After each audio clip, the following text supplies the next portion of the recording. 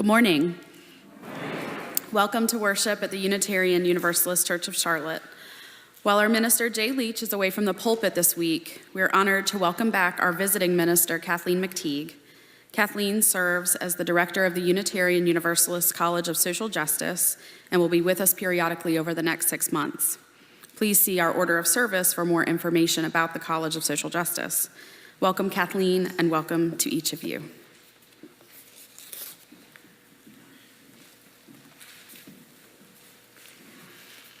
Good morning.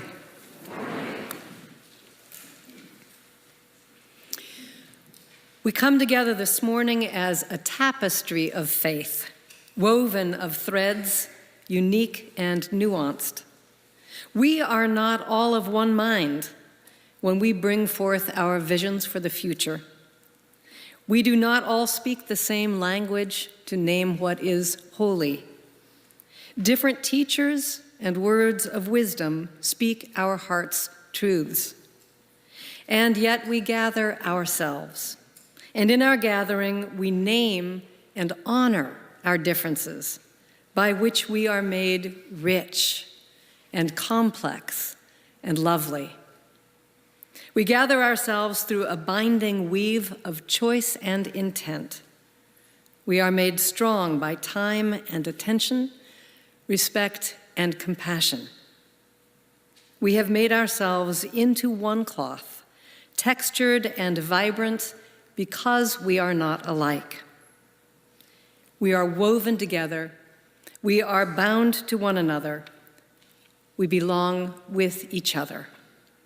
Let us worship together.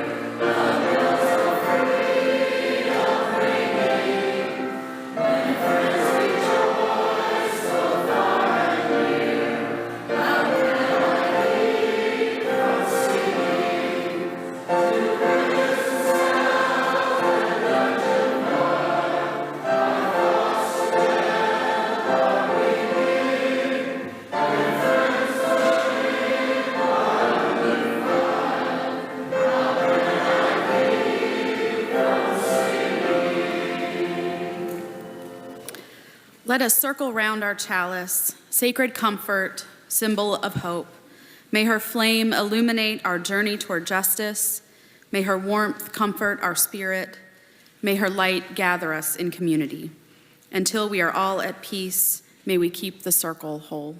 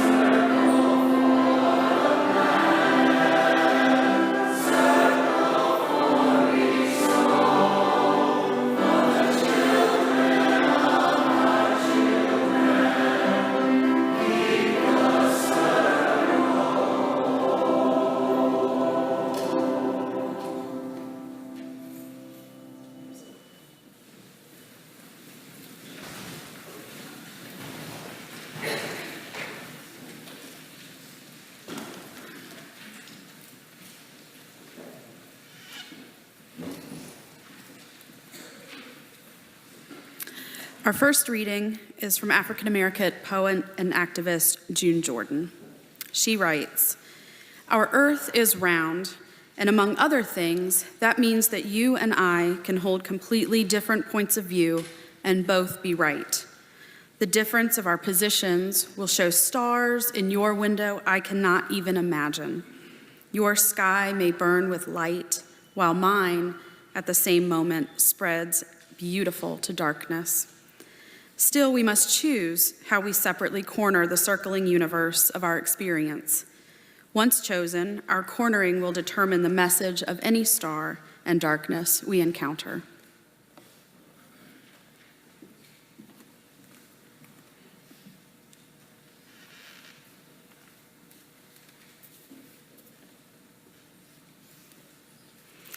The second reading is from a white Jesuit writer and activist and priest, Gregory Boyle, from his book called Tattoos on the Heart. Mother Teresa diagnosed the world's ills by saying, "We have forgotten that we belong to each other." Kinship is what happens to us when we refuse to let divisions rise. With kinship as the goal, other essential things fall into place. We find ourselves inching closer to creating a real community. We imagine our way into a circle of compassion. Then we imagine no one standing outside that circle. We move ourselves closer to the margins so that the margins themselves will be erased. We stand there with those whose dignity has been denied. We locate ourselves with the poor and the powerless and the voiceless. At the edges, we join the easily despised and the readily left out. We stand with the demonized so that the demonizing will stop. We situate ourselves right next to the disposable so that the day will come when we stop throwing people away. Our next song to sing together is in the Gray Hymnal, number 115. I've been told it is not one that has been sung in recent memory within this congregation. God of grace and God of glory. The words were penned around a century ago, and I encourage you not to fall into the trap Unitarian Universalists are often accused of falling into, of becoming terrible singers because we're always scanning ahead to see if we agree with the lyrics or not. Just sing it with gusto. It's a great old hymn. I invite you to rise as you are able and sing.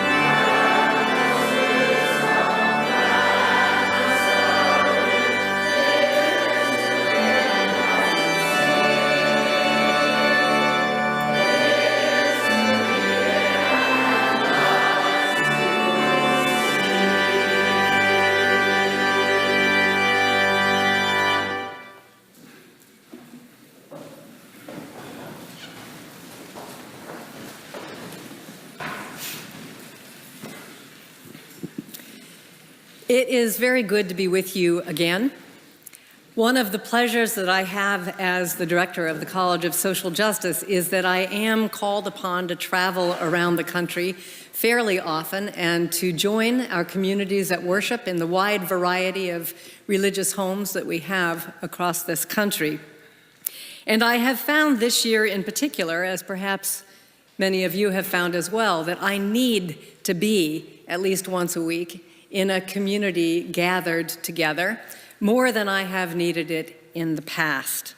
I am looking for courage and wisdom for the meeting of these days, as the hymn suggested. We struggle, I think, to make sense of the changing, ever-changing political climate around us, as well as the disasters that have been happening in recent months.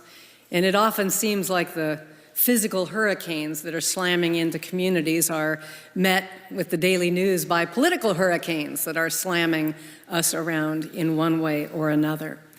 In difficult times, therefore, it is particularly good to be in a space where we can gather ourselves with some music and some silence and perhaps some prayer or meditation and find some moments of calm and a chance to remember the things that matter to us most. We are in the midst of a long, hard season in our country, in our communities, and especially for already targeted groups, immigrants, Black activists, Muslims. The divisions across our country have become very stark and obvious. But of course, they rest on foundations that have been many, many years in the making. And so the contentiousness and those divisions are not going to disappear anytime very soon.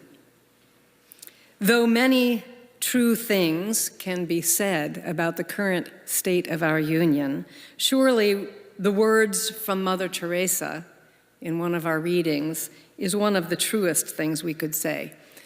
We have forgotten that we belong to each other. One of our greatest tasks, I think, is to remember and to help others to remember that we do, in fact, belong to each other, that we belong with each other, and in fact, that our concept of kinship is meant to be a very large and inclusive one. Remember is a marvelous word. Its Latin roots mean to bring back intensively to mind. But member also, of course, means to be part of something, as in the members of a church.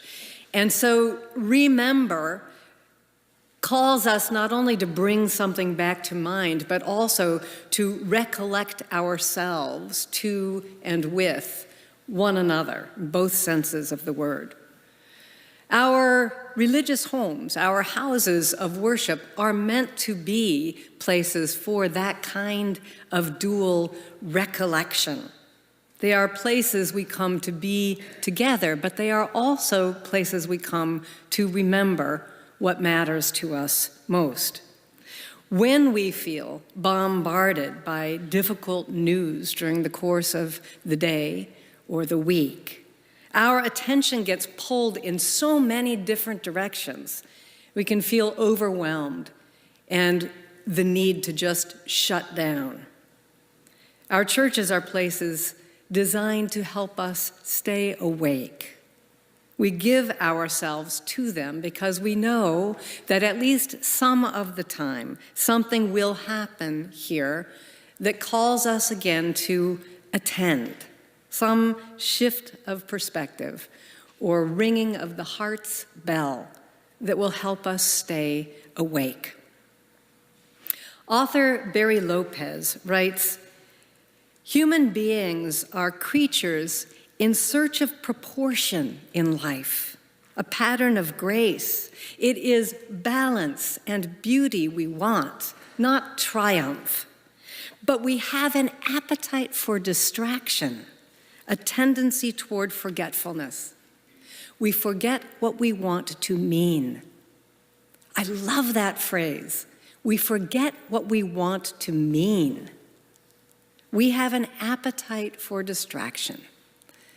But we also have a deep hunger to be of use, to stand up against injustice, to relieve suffering, to find a way to speak our words in kindness rather than in fury. We want to mean something. We want our little gifts to count towards something that might leave the world a marginally better place because we passed through it. Remembering this, remembering it amid the relentless busyness and distractions of our lives, is what I think it means to try to ground ourselves at the place where justice activism meets or intersects with spiritual grounding. That is where we can cultivate the dual intention of deepening our own awareness and awakeness and goodness on the one hand, while also trying to turn our attention and energy outward to make the world a little bit better as well. The work of the Unitarian Universalist College of Social Justice, which I lead, is meant to be right at that intersection between spirituality and social justice. All of the programs that have been devised to support the mission of the College of Social Justice, which is to inspire and equip and sustain spiritually grounded activism, all of the programs share two things in common. The first is that they are all grounded around experiential learning.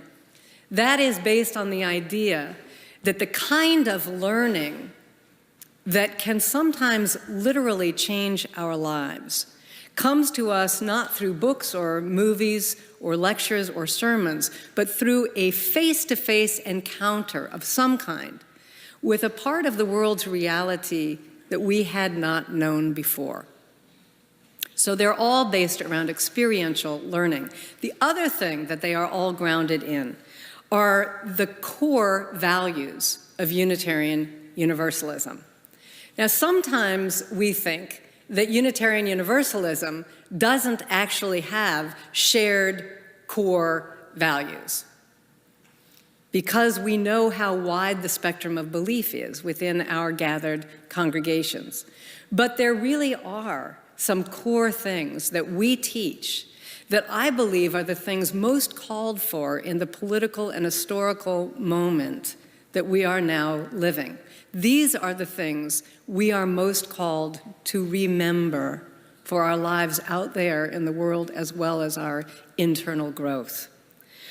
The first of these is the truth our faith teaches about our interdependence, not only with one another or with people of our own nation or culture or language or color, but with all people and with the earth itself.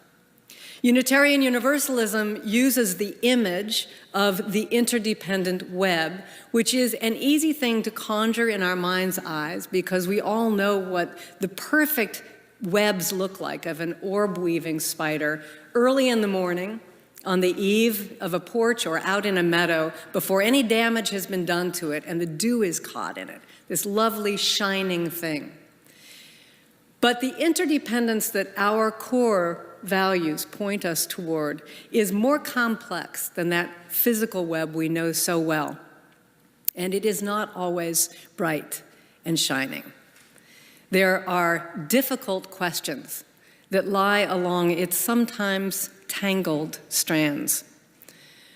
One of the best ways I have ever heard those questions articulated was by a Latin American liberation theologian by the name of Gustavo Gutierrez.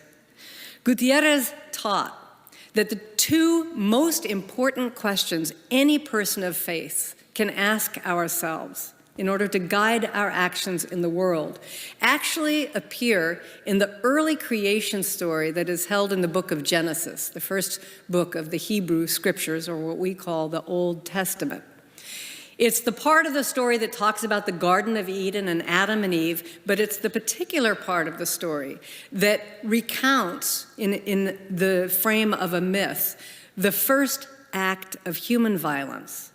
It's when Cain murders his brother Abel because of jealousy, and then runs off and hides in the garden out of shame and confusion. God comes looking for Cain and then asks the two questions. First, where are you? And second, where is your brother? Gutierrez taught that those same two questions are falling into our lives all the time, like an invisible rain. Where are you? Where are we in that tangled matrix of privilege and power? What grace, what goodness have come to us purely by an accident of birth? And then, where is our brother?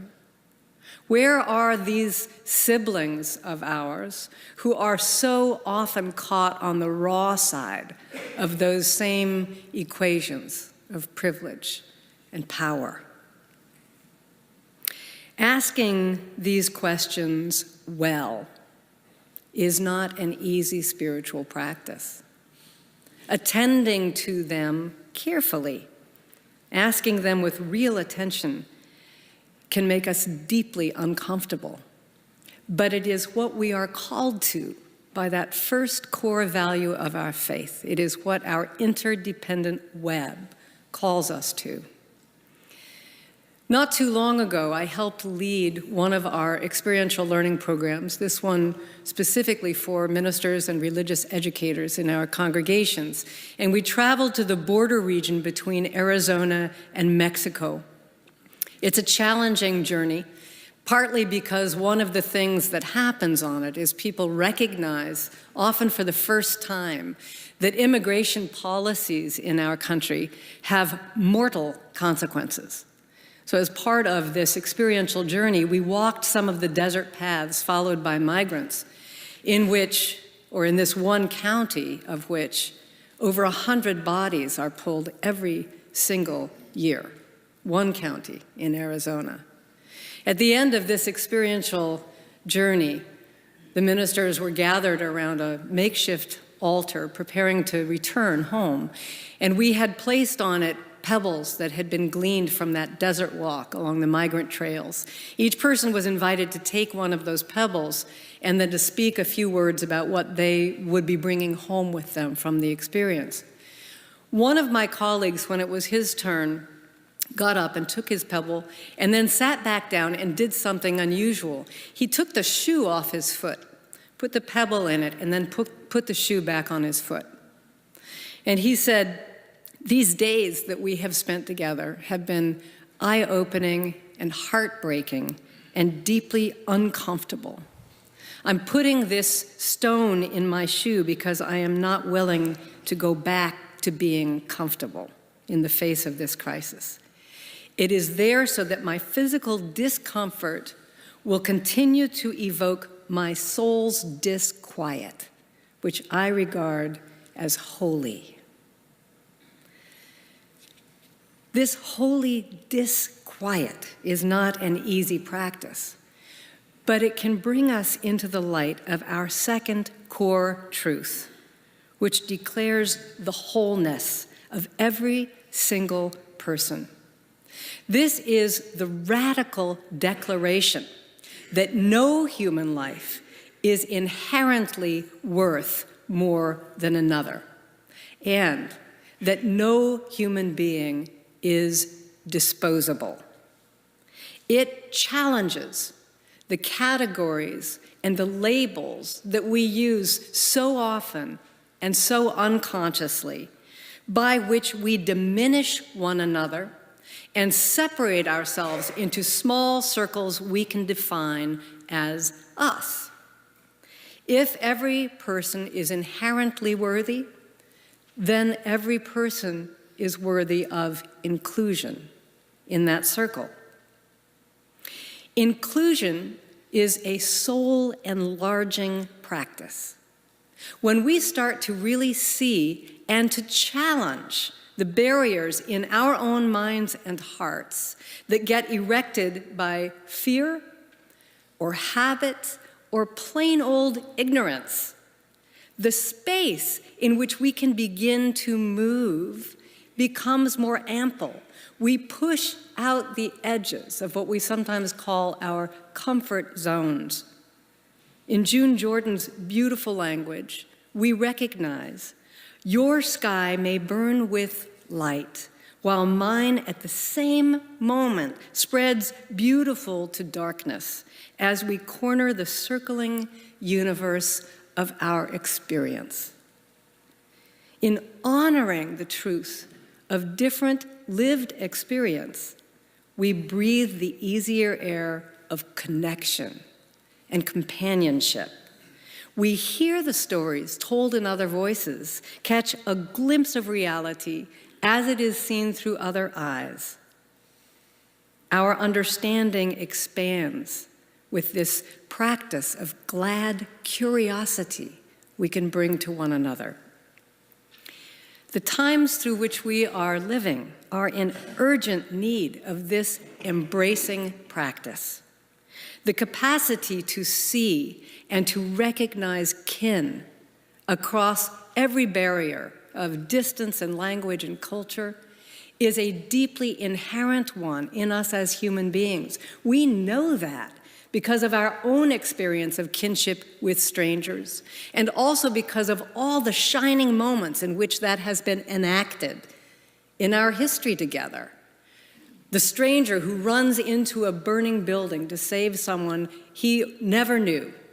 The woman who devotes herself to challenging an injustice that never fell directly on her. The possibility of kinship is inherent in us as human beings. But our ability to see and honor connection is matched or exceeded by our enthusiastic embrace of the most violent forms of division. This, too, is bred at the bone. We are easily frightened, and our fear can drive us to extremes. Fear is being used as a tool of political division now, today, to a degree that I, at least, have never witnessed before in my life. It has been used to other our fellow human beings into categories which are dehumanizing and therefore can be reacted against. Immigrants, Mexicans, Muslims, felons, activists, journalists. And lest we feel the faint stirrings of self-righteousness, I will hasten to add that those of us who choose to seat ourselves on the left side of the aisle are well practiced in this habit too. We willingly other and diminish people we regard and label as the alt-right, Trump supporters, evangelical Christians, Tea Party activists. We should passionately oppose laws and policies that diminish other people or make a god out of profit. But our willingness to make other people into two-dimensional enemies is a kind of tribalism driven by fear, and each one of us carries that impulse within us. It is part of being human. However, even when we are afraid, we get to choose between the closing in of that tribalism and the opening out of kinship and connection. Our faith calls us to that opening out. The third core truth of Unitarian Universalism is that we are all works in progress. We are not yet the human beings we aspire to be. I sometimes frame it as we are all simply half-baked. We are flawed and we stumble. We hurt one another and we fail. But our Universalist ancestors did not declare that they could not believe in hell because they thought human beings were perfect. That became part of their teaching and their theology because they realized there was a better response to human imperfection than damnation. To recognize and to bow to the notion that we are all flawed, but in progress, brings in its wake some therefore clauses. Therefore, we should practice grace rather than defensiveness when we make mistakes, since making mistakes literally comes with the territory of being human. Therefore, we must engage in forgiveness of others because we ourselves will so often need it. And therefore, we must engage in the kind of deep looking that will allow us to see our own shadows, especially when we're carrying ourselves out into the political sphere to try to make change.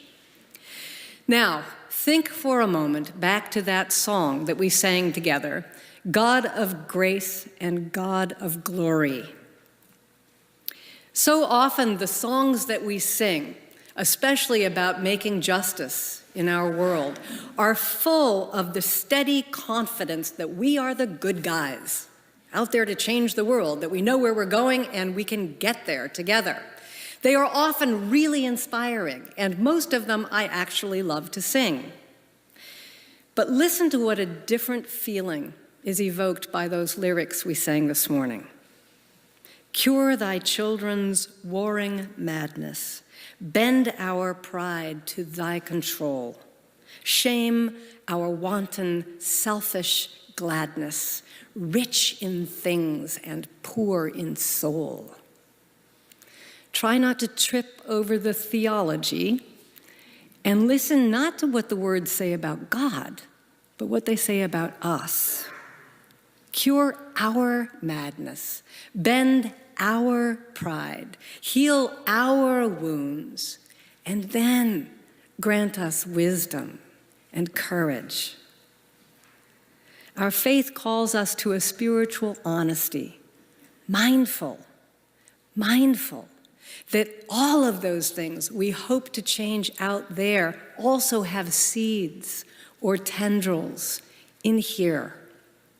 Changing the world is inseparable from the willingness to be changed ourselves. Our Unitarian Universalism has always been focused on this life and on this world, calling us toward action to mend the torn places as well as we are able. But this faith of ours has never simply been about what we are called to do. It is also about who we are called to be. We are called not only to be people of action, but also people of attention, willing to awaken, willing to remember, to be reminded of our kinship, and to remember what we want to mean. A Jewish proverb teaches, a human life is like a single letter of the alphabet. It can mean little, or it can become part of a great meaning. May we allow ourselves to be part of that great meaning. Amen.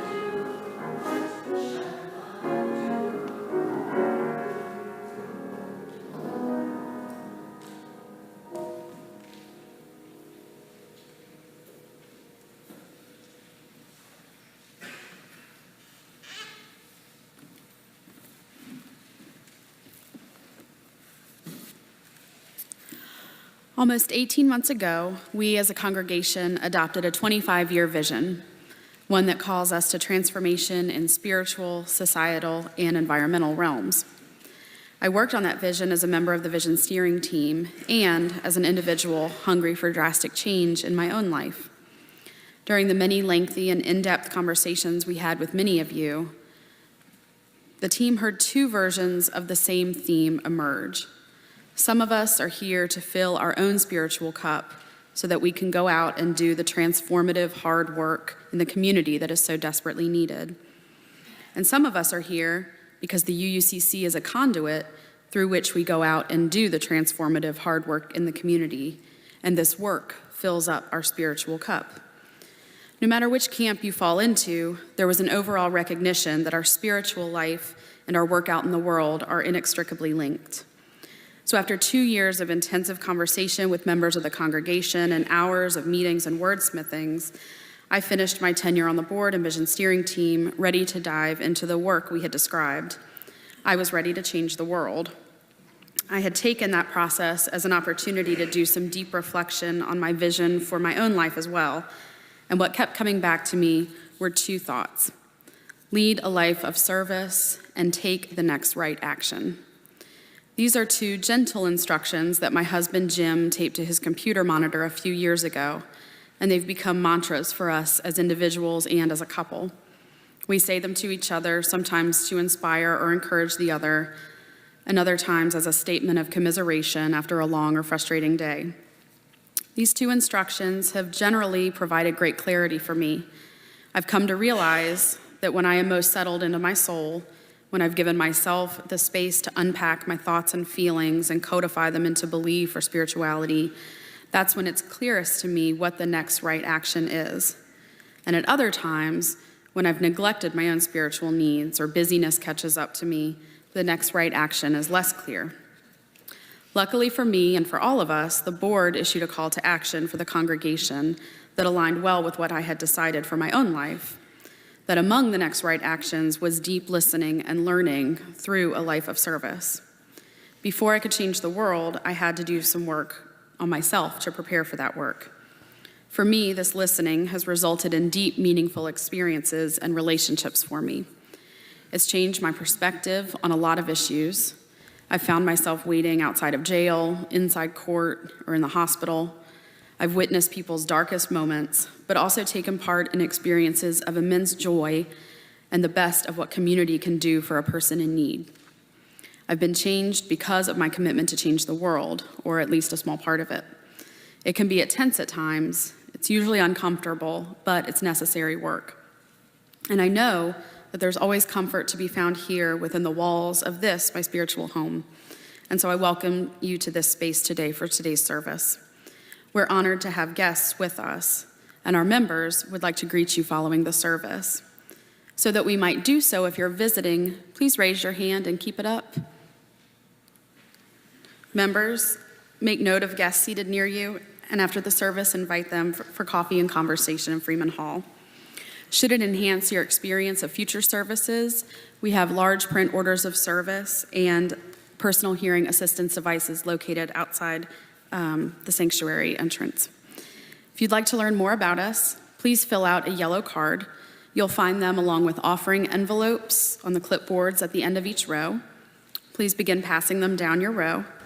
Members with a life event to share can indicate that on the reverse side of the card. Put completed offering cards or yellow cards in the offering basket when they're passed later in the service. Some returning visitors may be interested in hearing about how to become a member. If so, talk with our membership coordinator, Kelly Green. Her contact information is on the back of your order. Again, to each of you, welcome. We call your attention to the order again for the announcements in the back. The workshop this afternoon with Kathleen is full, but you can check with Martha at the adult programming table after the service to see if there are any last-minute openings. On Monday, November 13th, we'll be showing the documentary 13th as part of our racial justice film series. A panel discussion will follow the screening. We are currently seeking volunteers for our Housing Works Thanksgiving dinner on Tuesday, November 14th, And beginning in December, volunteers for Room in the Inn on Sunday nights when we open our building to our homeless neighbors. More information can be found at the social justice table in Freeman Hall following the service. With a congregation our size, we have a number of concerns, both spoken and unspoken. We hold in our hearts and prayers Barbara Searing as she recuperates from spinal surgery, Brenda and Lloyd Dillon as Brenda recuperates after a recent hospitalization, Rita Heath Singer and her daughter Sam as they mourn the death of Rita's mother, Jill Criswell as she mourns the death of her husband Vic. A memorial service to celebrate his life will be on Saturday, November 18th at 10 a.m. All are invited to light a candle of concern or celebration during the offering.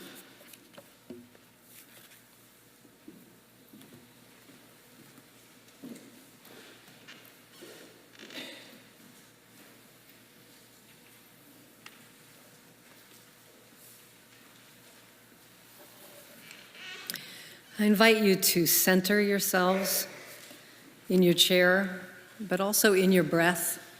It is a miracle we don't think about very often that we are alive and breathing on planet Earth. So I invite you to enjoy your breath for a moment as we enter a time of meditation.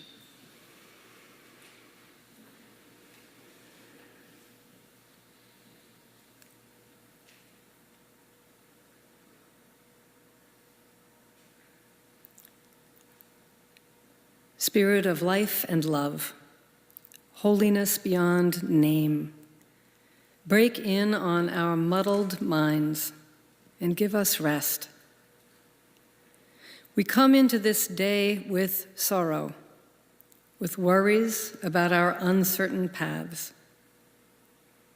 We come into this day with gladness, a sheen of light at the edge of even our shadows. Bless us in this balance. In the joys and sorrows that we guard in our hearts, hold us in the knowledge that peace abides as the deep waters lie calm below even the most frightening storm. Spirit of life and love, may we feel ourselves rooted in those deep waters. As we hold a moment of silence here, may we touch the silence below our struggles, the peace that upholds our world.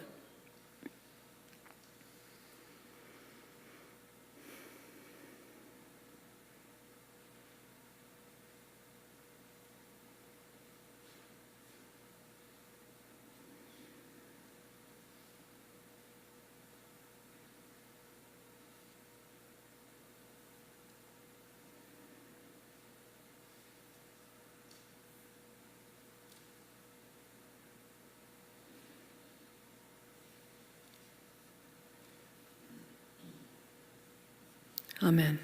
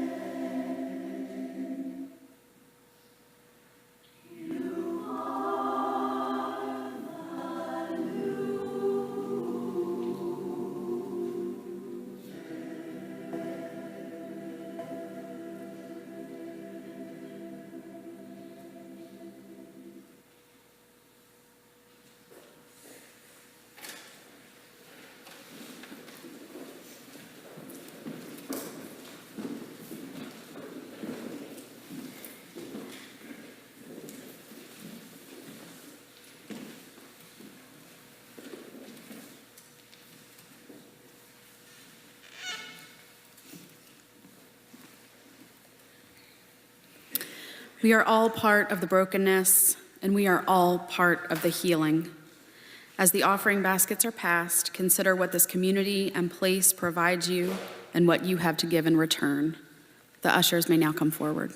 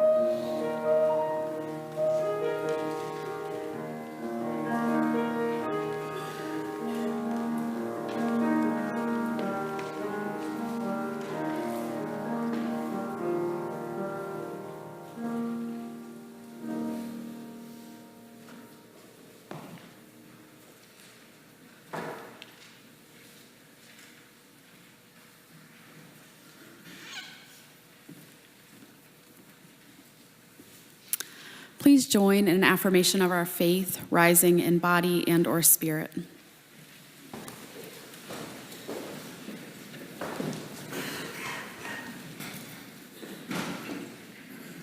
The prayer. Our souls is a petition for persistence, not for the one good deed or single thought, but deed on deed and thought on thought, until day calling unto day shall make a life worth living.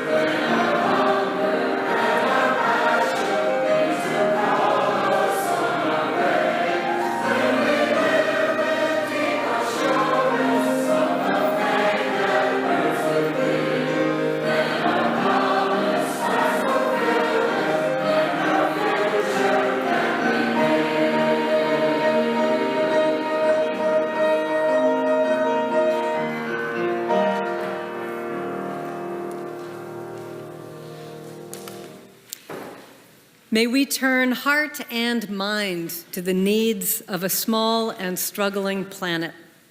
May we listen well to the call that is ours to hear, put our hands to the work that is ours to do, and let our spirits flourish in the blessing of a life worth its living.